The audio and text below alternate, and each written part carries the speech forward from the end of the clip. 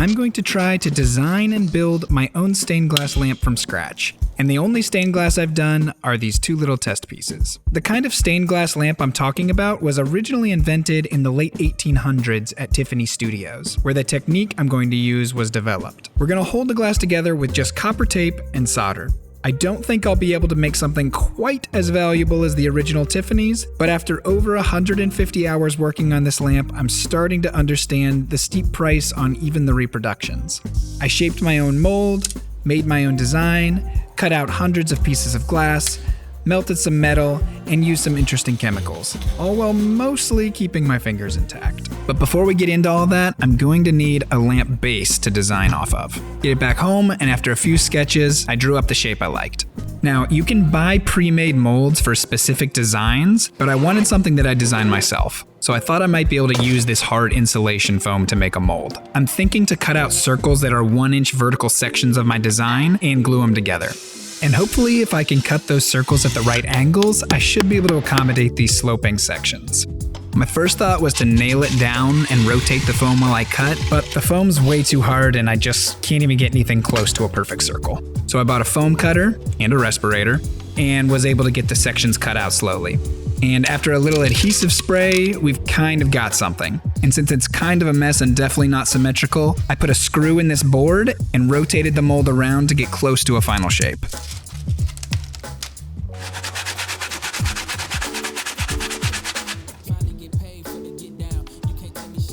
Now, along with a custom shape, I also want to be able to sketch out my own design, so I need to be able to erase it and modify it and stuff. And I'm thinking I can use masking tape as the base to sketch on. First, I used a layer of duct tape to smooth out some of these gouges, and I think it should be alright since it's just going to be a bunch of flat glass pieces in the end anyway.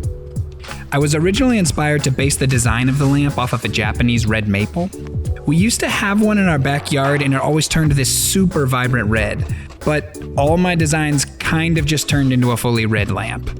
But recently I've been seeing a ton of hydrangeas when I'm walking around, and I thought it might be cool to model the design off of a hydrangea bush. The flowers come in a bunch of different shades, and I think that combined with the green leaves might look cool. And honestly, this is the part I was most worried about with the project. I was pretty sure I could physically figure out how to put together a lamp, but I had much less confidence in my eye for designing something artistic.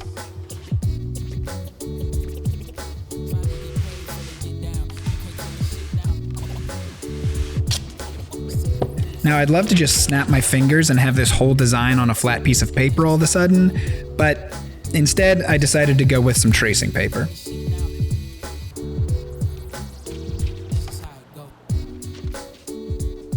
For the flowers, since they turned out to be pretty intricate, I thought I'd try and save myself some time by using my Cricut to cut out the design on vinyl. And down the line, I realized I could have saved myself a good amount of time if I had just made these lines a little thicker.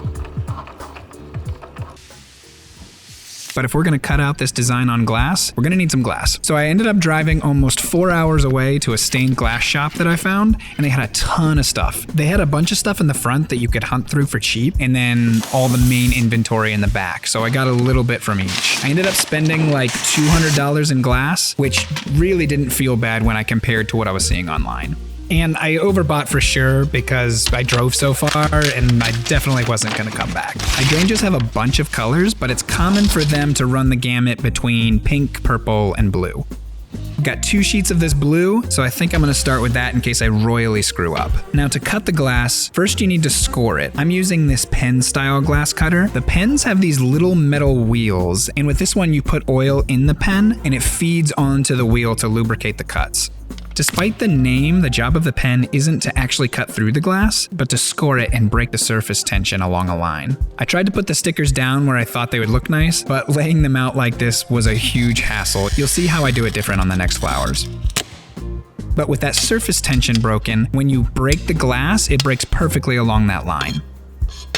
There are 2 different types of pliers you'll end up using, running pliers and grozing pliers. The jaws of the running pliers are kind of curved and apply pressure on either side of the score, and you'll use those for breaking straighter, longer lines. The grozing pliers are used to break off smaller pieces, and you kind of pull down and away while you support the other side of the glass underneath with your finger. These are my first ever cuts, and after making hundreds and hundreds of cuts, you end up just learning how to do it. how much pressure to apply, how to choose where to cut, which cuts are impossible and will break off of the line you scored, how to not cut yourself, well, cut yourself less.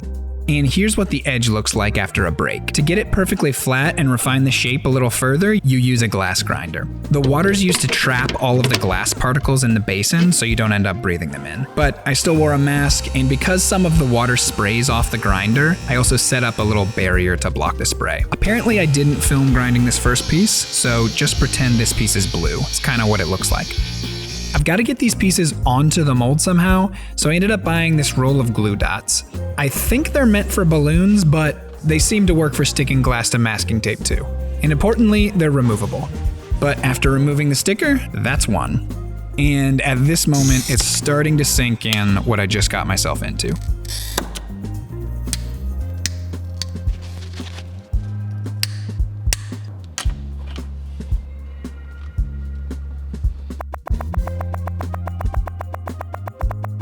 Two and a half hours later, and we have the first flower on the mold. And my hands were eviscerated. Working with glass for the first time on this flower definitely left its mark. It's kind of crazy how much faster and more efficient you get at glass cutting though after doing it hundreds of times. For example, when I put the stickers on that first flower, I had to make a ton of curved cuts and move the stickers to different places. So on this second one, I learned just set everything up kind of in rows, or at least in a way where you can break each of the pieces apart with straightish cuts. And there is a limit on how tight of a curve you can cut, because no matter what, the glass wants to break in a straight line. So if you make too curved of a cut, it's gonna break off of the line you scored. You can see what it looks like here doing all the cuts for one flower. I think this part right here was a little over an hour.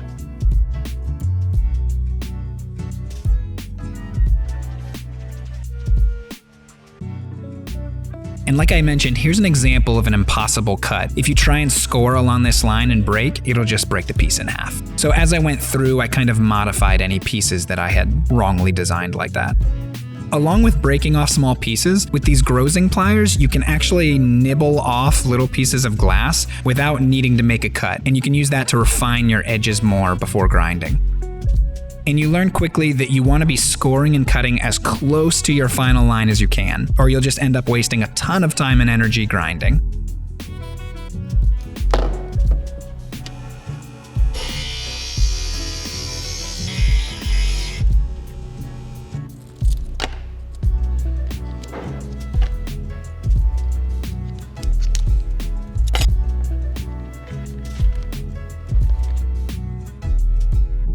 So after many, many days, we have all 8 flowers cut out and on the mold.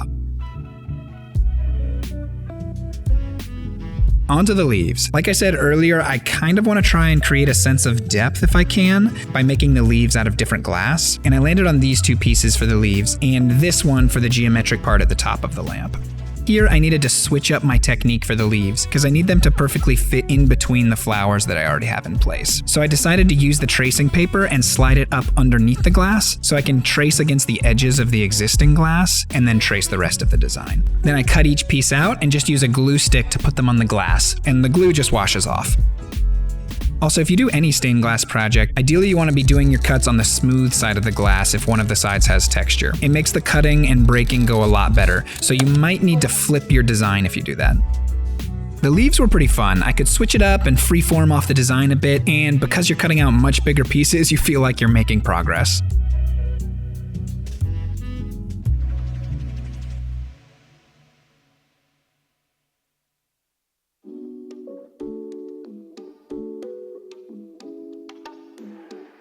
Now, working on a curved surface like this, I found some flaws in my design, so I had to adjust some things, and I'll take another pass once all the pieces are on.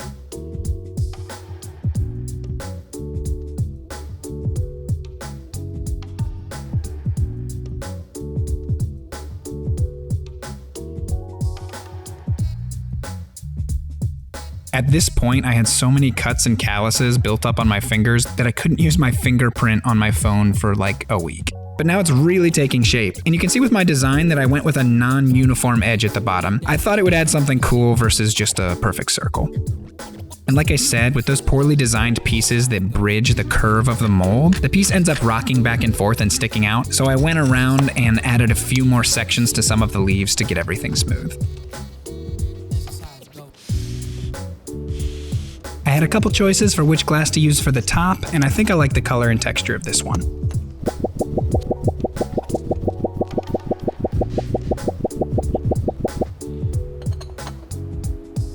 Now we're finally done with all the glass cutting, which is definitely the most difficult and intense part of the whole process.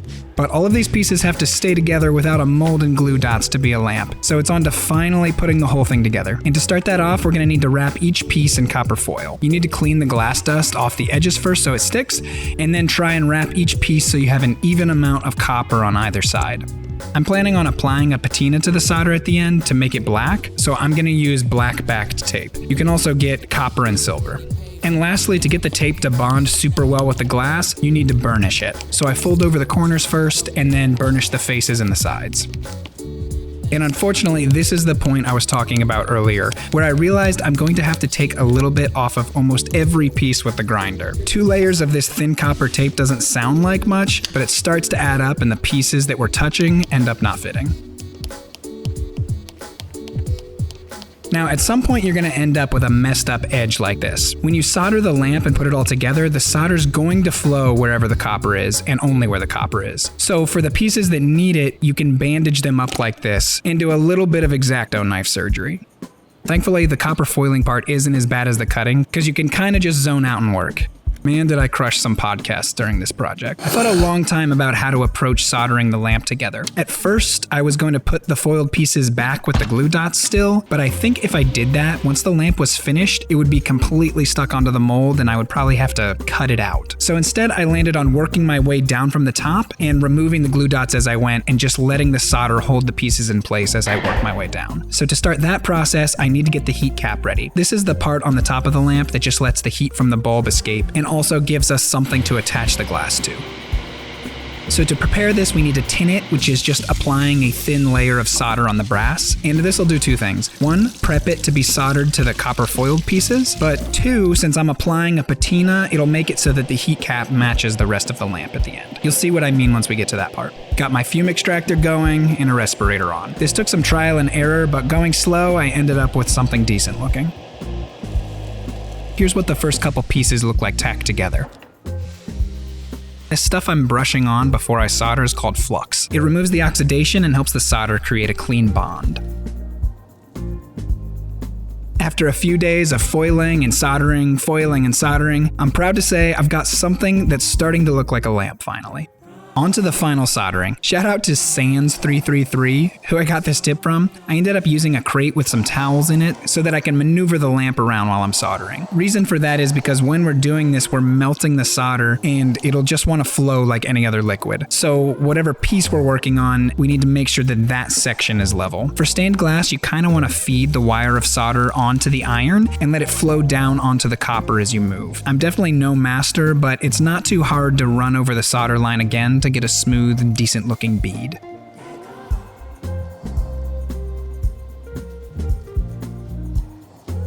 And a little tip, if you have decent sized gaps anywhere in your stained glass piece, you can stick some copper foil to itself and fold it up and use it to fill the gaps. And the gloves are just because you really don't want to be touching the flux.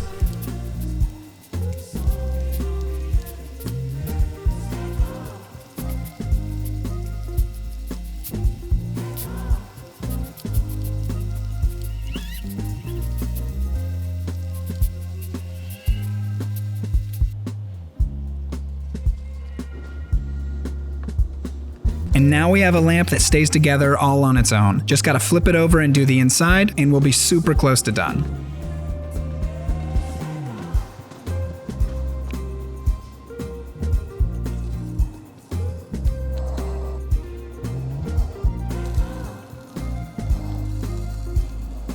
The edges can be kind of difficult, but if you tin the faces first and then keep the edges level as you move, you can kind of dab solder on and get a pretty good result. I definitely need a little more practice with this part though. We're now on the very last step, patina and wax. First we need to give it a good wash to get all the flux off, and after drying it off, it's onto the patina. I think this part's super cool. Be careful with this stuff though. Gloves, eye protection, mask, and I had the door open and a fan going. Patina causes a chemical reaction, and based on the type of chemical, it can turn the surface of the solder a different color. Check it out, how cool is that?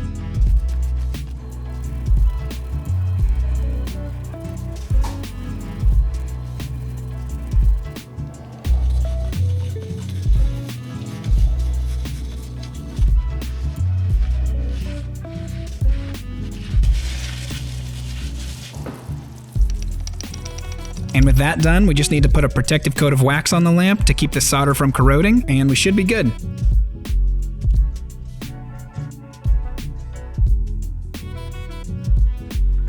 I did make one little mistake here though. I thought I bought pure carnauba wax, but it turns out it actually has some polishing compounds in it, which you don't want. So I ended up accidentally polishing away some of the patina layer slightly. I might go back and redo the patina later.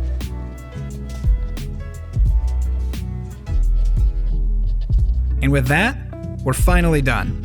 Before we turn it on, here's how much everything would have cost if I didn't have anything, and how much I think it would cost to just get started with stained glass. I'll leave links to everything in the description if you're interested. Here's the safety equipment and tools, the consumables, and the non-mandatory or lamp-specific stuff. Here's the minimum I think you could get away with to just get started with stained glass. Let me know in the comments if you have any questions. All right, with that, we're about 150 hours in, and I think this might be one of the coolest things I've ever made.